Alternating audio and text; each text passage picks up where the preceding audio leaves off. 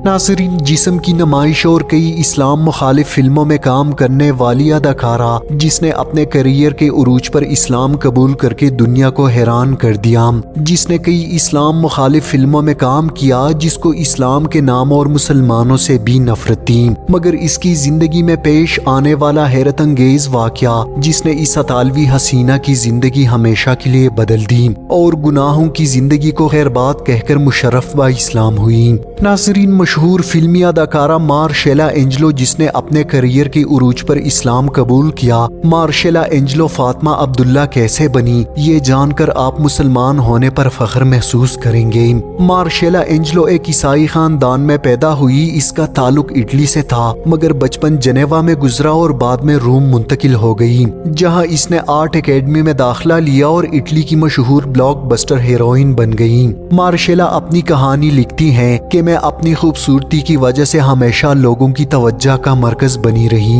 यही वजह थी कि एक मशहूर कंपनी की तरफ से मुझे मॉडलिंग की ऑफर हुई, जबकि फहश और बोल्ड लिबास पहनकर कैट वॉक करने ने मुझे शोहरत की बुलंदियों तक पहुंचा दिया। इसके बाद मुझे शोबिज इंडस्ट्री से ऑफर हुई, जिसे मैंने गनीमत जानकर कबूल कर लिया। बहुत जल्द मेरे लिए दौलत और शोहरत के दरवाजे खुलते गए और जल्द ही मैं अतालवी सिनेमा पर जलवागर हुई। इटली के मशहूर फिल्म मेकर पीटर ने मुझे अपने फिल्म के लिए हीरोइन मुंतखब किया। इस फिल्म को जबरदस्त कामयाबी हासिल हुई। इस फिल्म की शूटिंग के लिए मुझे अपनी यूनिट के साथ मिस्र के एक मारूफ शहर जाना पड़ा, जबकि वो सफर मेरे लिए रोशनी का सफर साबित हुआ और मेरी जिंदगी का रुख ही पलट गया। उस शहर से गुजरते हुए हमें एक मुकाम पर थोड़ी देर के लिए रुकना पड़ा। ये एक सुनसान इलाका था। मैंने देखा कि वहाँ लोग जूते उतारकर एक इमारत में दाखिल हो रहे हैं, जबकि कुछ लोग बाहर खड़े होकर अजीब सा अमल कर रहे थे। ये मंजर देखकर मुझे बहुत अजीब लगा। मुझे डर भी लग रहा था, मगर ना जाने क्यों मैं गाड़ी से उतरकर उस इमारत के करीब चली गई। जब मैं वहां पहुंची तो देखा कि अब वो सब लोग इंतहाई सुकून और खामोशी में कुछ पढ़ रहे थे। मैंने मुख्तसर लिबास पहन रखा था, लेकिन किसी ने भी मेरी तरफ आंख उठाकर नहीं देखा। नाज़रीन, मार्शेला मजीद बयान करती हैं, इस महफिल जिक्र की बरकत और सुकून ने मुझे अपनी पूरी जिंदगी में महसूस न होने वाला इत्मीनान दिया।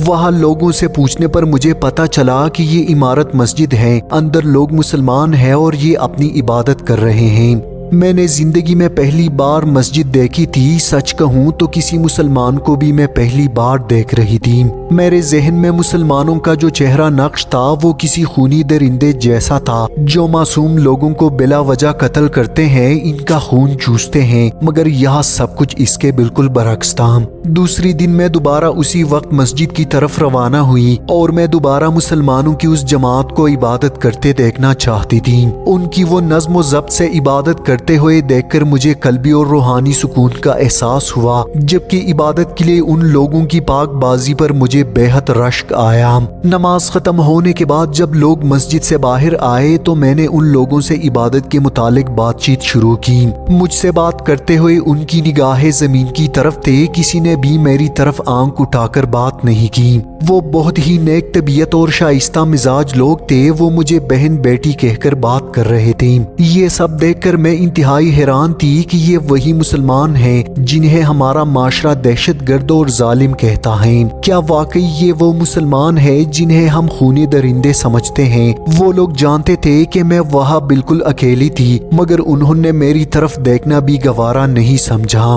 हमारे मुआशरे में तो मर्द औरत के जिस्म के भूखे होते हैं, लेकिन यहाँ तो मामला बिल्कुल मुख्तलिफ था।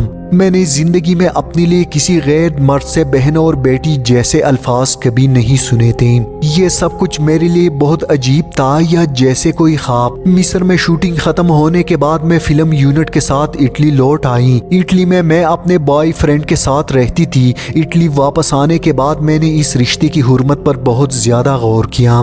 काफी गौर व फिक्र के बाद इस रिश्ते में मुझे खराबी का एहसास होने लगा। मुझे मस्जिद में लोगों की इबादत, उनके सवाल पर नजरें झुकाना और बहन बेटी कहकर मुखातिब होना, ये सब कुछ बहुत कुछ सोचने पर मजबूर कर रहा था। मेरे दिल पर उनकी इबादत और अखलाक का बहुत अच्छा असर पड़ा। मैं अपने नाम नहाद शोहर के रिश्ते से घिन खाने लगी। मिस्र से आने के बाद मैं फिल्मों और मॉडलिंग शोज में शिरकत करने से गुरेज करने लगी और घर के किसी खामोश हिस्से में बैठकर मुसलमानों के کے بارے میں گھنٹوں سوچتی رہتی۔ میرے ذہن میں وہ چھوٹی سی مسجد اور سادہ مسلمان بار بار آتے جنہوں نے میرے نظریے کو بدل دیا۔ میرا کریئر عروج پر تھا، لوگ میری دیدار کے لیے بےتاب رہتے تھے، مگر ان سب باتوں میں مجھے کوئی دلچسپی نہیں رہتی تھی۔ میری آواز جب بھی اسٹیج پر گونجتی تو پورا ہال تالیوں سے گونج اٹھتا۔ لوگ میری ایک جھلک دیکھنے کے لیے ترستے تھے، مگر میرا دھیان مصر کی اس چھوٹی سی مسجد میں اٹکا رہتا تھا۔ ایک روز میں ایک رستے سے گزر رہی تھی جب میری نظر ایک بورڈ پر پڑی جس پر لکھا تھا مرکزی اسلامک سینٹر روم۔ میں نے فوراً گاڑی روکی اور اسی عمارت میں داخل ہوئی۔ وہاں موجود لوگ میرے ساتھ انتہائی شفقت سے پیش آئیں۔ میں نے ان سے اسلام کے متعلق کچھ کتابیں طلب کیے۔ انہوں نے ایک پیکٹ میرے ہاتھ میں تھما دیا جس پر لکھا تھا بھائیوں کے جانب سے اپنی بہن کی خدمت میں تحفہ۔ گھر پہنچ کر میں نے جب پیکٹ کھولا تو اس میں اطالوی زبان میں قرآن مجید اور کچھ کتابیں برآمد ہوئیں۔ ان کتابوں میں خاص طور پر اسلام میں عورتوں کے حقوق پر روشنی ڈالی گئی تھی۔ میں ان کتابوں کا مطالعہ گھنٹوں کیا کرتی اور ہر بار یہ مطالعہ میرے لیے ہدایت کا ایک نیا باب روشن کر دیتا۔ کتابوں کی مطالعے کے بعد میں نے سوچا کہ جو چیز دل میں اتر گئی ہے اسے قبول کرنے میں کیا دیر۔ یہ سوچ کر میں اسلامی مرکز پہنچی اور انتظامیہ سے اسلام قبول کرنے کی اپنی خواہش ظاہر کی۔ میرا خیال تھا کہ اسلام قبول کرنے کی کارروائی میں کچھ وقت لگے گا، مگر اسلامی مرکز والوں نے کہا کہ اسلام قبول کرنے میں کسی خاص کارروائی کی ضرورت نہیں۔ ان کا کہنا تھا کہ جو باتیں آپ نے دل سے مان لی ہے وہ زبان سے دہرا لیجئے۔ میں نے ایسا ہی کیا۔ انہوں نے مجھے کلمہ شہادت اور اس کا ترجمہ زبان سے کہلوایا۔ اللہ کے فضل سے میں مسلمان ہو گئی۔ مجھے اپنے اندر ایک عجیب سا سکون محسوس ہوا۔ دولت شہرت سب کچھ ہونے کے باوجود میں انتہائی بے چینی کا شکار تھی، مگر اب اسلام قبول کرنے کے بعد میں مکمل ہو چکی تھی۔ ناظرین، فاطمہ مزید بیان کرتی ہیں، میرا دوست جو میرے ساتھ رہتا تھا اور میں اسے پسند بھی کرتی تھی، میں نے سوچا کہ اسے بھی اسلام کی دعوت دے دوں۔ میں اس سے ملی اور اسے اسلام قبول کرنے کے بارے میں بتایا اور اسلام کے بارے میں کچھ اہم اور خوبصورت باتیں بھی بتائیں۔ اس نے مجھے بات ٹالنے کے لیے کہا کہ یہ مذہب بڑھاپے کے لیے زیادہ مناسب ہے، اس لیے 30 سال کے بعد اس بارے میں سوچوں گا۔ لیکن میں نے ہار نہیں مانی اور جب بھی اس سے ملتی اسلام کی اچھی باتیں بتاتی۔ آخر کار میں نے بڑی مشکل سے اسے اسلامی مرکز چلنے پر راضی کیا۔ مرکز والوں کی تبلیغی اسلام سے وہ بہت زیادہ متاثر ہوا۔ اس نے کہا کہ یہاں آ کر مجھے پتا چلا کہ اسلام امن کا مذہب ہے، جبکہ اب تک میں یہی سمجھتا تھا کہ اسلام قتل و غارت گیری کی تعلیم دیتا ہے۔ کچھ دن بعد اس نے بھی اسلام قبول کیا۔ مرکز کے لوگوں نے اس کا نام عبداللہ رکھ دیا۔ میں اللہ تعالیٰ کا شکر ادا کرتی ہوں جس نے مجھے اندھیروں سے نکال کر روشنی کی طرف لے آیا اور اللہ تعالیٰ نے مجھے دنیا و آخرت کی کامیابی عطا کی۔ میں اللہ سے خاتمہ بالایمان کی دعا کرتی ہوں۔ اٹلی سے آپ کی بہن فاطمہ عبداللہ۔